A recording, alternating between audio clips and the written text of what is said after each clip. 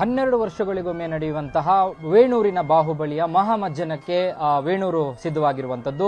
ದೇಶ ವಿದೇಶಗಳಿಂದ ಸಹಸ್ರಾರು ಸಂಖ್ಯೆಯಲ್ಲಿ ಭಕ್ತಾದಿಗಳು ಮತ್ತು ಜನರು ಈ ಒಂದು ಮಹಾಮಜ್ಜನವನ್ನು ವೀಕ್ಷಣೆ ಮಾಡ್ಲಿಕ್ಕೋಸ್ಕರ ಬರ್ತಾರೆ. ನಾನೀಗ ವೇಣೂರಿನ ಆ ಒಂದು ಸನ್ನಿಧಾನದಲ್ಲಿರುವಂತದ್ದು. ನೀವು ದೃಶ್ಯಗಳಲ್ಲಿ ಗಮನಿಸಬಹುದು, ಸುಮಾರು 36 ಅಡಿಗಳಷ್ಟು ಎತ್ತರದಲ್ಲಿರುವಂತಹ ಆ ಬಾಹುಬಲಿಯ ಆ ಮೇಲ್ಭಾಗ, ಈಗಾಗಲೇ ಅಟ್ಟಣಿಗೆಯ ಆ ಮೇಲ್ಭಾಗದಿಂದ ಆ ಮಹಾಮಜ್ಜನ ನಡೆಯುತ್ತೆ.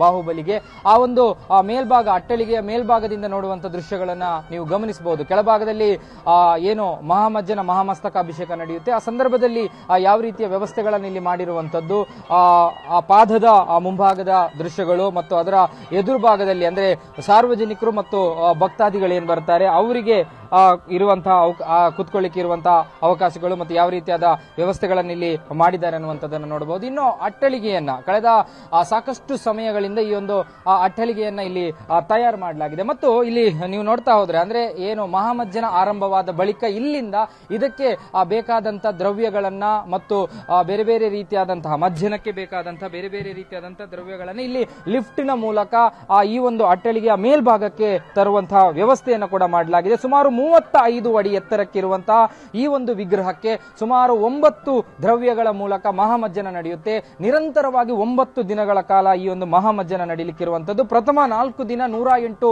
ಕಲಶಗಳ ಮಹಾಮಜ್ಜನ ನಡೆದ್ರೆ ಮತ್ತೆ ಉಳಿದ 3 ದಿನಗಳ ಕಾಲ 216 ಕಲಶಗಳ ಮೂಲಕ ಮಹಾಮಜ್ಜನ ನಡೆಯುತ್ತೆ. ಅದರ ಜೊತೆಗೆ 8ನೇ ದಿನ 204 ಕಲಶಗಳಿಂದ ಮಹಾಮಸ್ತಕಾಭಿಷೇಕ ನಡೆದ್ರೆ 9ನೇ ದಿನ 1008 ಕಲಶಗಳೊಂದಿಗೆ ಮಹಾಮಸ್ತಕಾಭಿಷೇಕ ನಡೆಯುತ್ತೆ. ಇನ್ನು ನೀವು ದೃಶ್ಯಗಳಲ್ಲಿ ನೋಡಬಹುದು ಅಂದ್ರೆ ಈ ಅಟ್ಟಳಿಗೆಯನ್ನ ಯಾವ ರೀತಿಯಾಗಿ ನಿರ್ಮಾಣ ಮಾಡಲಾಗಿದೆ ಅನ್ನುವಂಥದ್ದು. ಇಲ್ಲಿ ಕೆಳಭಾಗದಿಂದ ಭಕ್ತರಿಗೆ ಮೇಲ್ಭಾಗಕ್ಕೆ ಅಂದ್ರೆ ಯಾರು ಇಲ್ಲಿ ಆ ಒಂದು ಸೇವಾರ್ಥಿಗಳಿರ್ತಾರೆ, ಸೇವಾರ್ಥಿಗಳು ಇಲ್ಲಿ ಈ ಒಂದು ಮಹಾಮಸ್ತಕ ಅಭಿಷೇಕದಲ್ಲಿ ಭಾಗಿಯಾಗುವ ಉದ್ದೇಶದಿಂದ ಅವರಿಗೆ ಮೇಲ್ಭಾಗಕ್ಕೆ ನಡೆದುಕೊಂಡು ಬರಲಿಕ್ಕೆ ಇಲ್ಲಿ ಸ್ಟೆಪ್ಗಳನ್ನ ಮಾಡಲಾಗಿದೆ. ಈ ಒಂದು ಮೆಟ್ಟಿಲುಗಳ ಮೂಲಕ ಅವರು ಈ ಒಂದು 36 ಅಡಿಯ ಭಾಗಕ್ಕೆ ಮೇಲ್ಭಾಗಕ್ಕೆ ಬರಬೇಕು. ಅದರ ಜೊತೆಗೆ ಲಿಫ್ಟಿನ ವ್ಯವಸ್ಥೆಯನ್ನು ಕೂಡ ಮಾಡಲಾಗಿದೆ. ಇನ್ನು ನಾನು ಈ ಅಟ್ಟಳಿಗೆಯ ಹೊರಭಾಗದ ಒಂದಷ್ಟು ದೃಶ್ಯಗಳನ್ನು ತೋರಿಸ್ತೀನಿ. ಪ್ರಮುಖವಾಗಿ ಈ ಒಂದು ವೇಣೂರಿನ ಮಹಾಮಜ್ಜನಕ್ಕೆ ವೇಣೂರೇ ಸಿದ್ಧಗೊಂಡಿರುವಂತದ್ದು.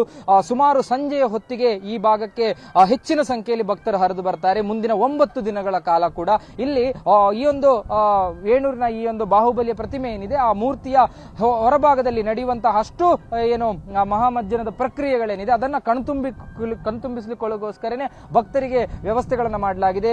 ಕೂತ್ಕೊಂಡು ಅದನ್ನ ನೋಡುವಂತಹ ಎಲ್ಲ ರೀತಿಯ ತಯಾರಿಗಳನ್ನ, ಎಲ್ಲ ರೀತಿಯ ಸಿದ್ಧತೆಗಳನ್ನ ಮಾಡಲಾಗಿರುವಂತದ್ದು. ಒಟ್ಟಾರೆಯಾಗಿ ಏನಂದ್ರೆ ಎಲ್ಲ ರೀತಿಯಾದಂತಹ ಸಿದ್ಧತೆಗಳಾಗಿದೆ. ಮುಂದಿನ 9 ದಿನಗಳ ಕಾಲ ಈ ಒಂದು ಮಹಾಮಜ್ಜನ ಮಸ್ತಕಾಭಿಷೇಕ ಈ ಒಂದು ಇಲ್ಲಿ ಈ ಒಂದು ಜಾಗದಲ್ಲಿ ನಡೆಯಲಿರುವಂತದ್ದು. ಈಗಾಗಲೇ ಮುನಿವರಿಯರು ಈ ಒಂದು ವೇದಿಕೆಗೆ ಈ ಭಾಗಕ್ಕೆ ಆಗಮಿಸಿದ್ದಾರೆ, ವೇಣೂರಿನ ಪರಿಸರದಲ್ಲಿ ಇದ್ದಾರೆ. ಅದರ ಜೊತೆಗೆ ಸಾಕಷ್ಟು ಸಂಖ್ಯೆಯಲ್ಲಿ ದೇಶ ವಿದೇಶಗಳಿಂದ ಭಕ್ತರು ಕೂಡ ಆಗಮಿಸ್ತಾ ಇದ್ದಾರೆ. ಎಲ್ಲ ಸಿದ್ಧತೆಗಳು ಮುಕ್ತಾಯಗೊಂಡಿದೆ, ಪೂರ್ಣಗೊಂಡಿದೆ. ಬಹುತೇಕ ಇವತ್ತು ಆರಂಭ ಆಗುವಂತದ್ದು ಮುಂದಿನ 9 ದಿನಗಳ ಕಾಲ ಕೂಡ ಇದು ನಿರಂತರವಾಗಿ ಈ ಭಾಗದಲ್ಲಿ ನಡೀಲಿಕ್ಕಿರುವಂತದ್ದು. ಕ್ಯಾಮ್ರಾ ಪರ್ಸನ್ ಅಶೋಕ್ ಜೊತೆ ಭರತ್ರಾಜ್, ಏಷ್ಯಾನೆಟ್ ಸುವರ್ಣ ನ್ಯೂಸ್, ವೇಣೂರು.